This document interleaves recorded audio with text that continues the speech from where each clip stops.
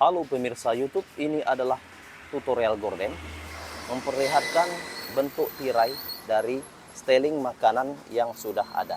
Ya, lihatlah keseluruhan dari bentuk tirai berpaduan dengan styling tempat jualan makanan, yaitu gorengan seperti ini. Dan bagian atas sudah ada roda-roda gorden. Oke, sudah ada roda-roda gorden bagian ini.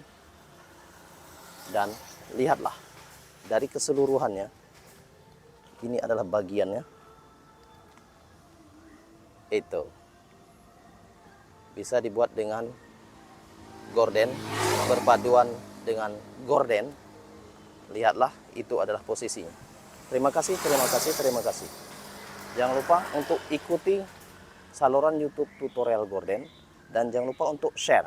Salam untuk Anda di dunia, baik Anda yang berada di Spanyol, Rusia, Argentina, Amerika, tanpa terkecuali Arab Saudi, Jepang, Belanda, Portugis, Prancis, Polski, Azerbaijani, Armenia, Afrikan, benua Asia tanpa terkecuali. Terima kasih, terima kasih, terima kasih. Jangan lupa untuk klik tombol subscribe and like video. Salam tutorial gorden, salam tutorial gorden. I love you.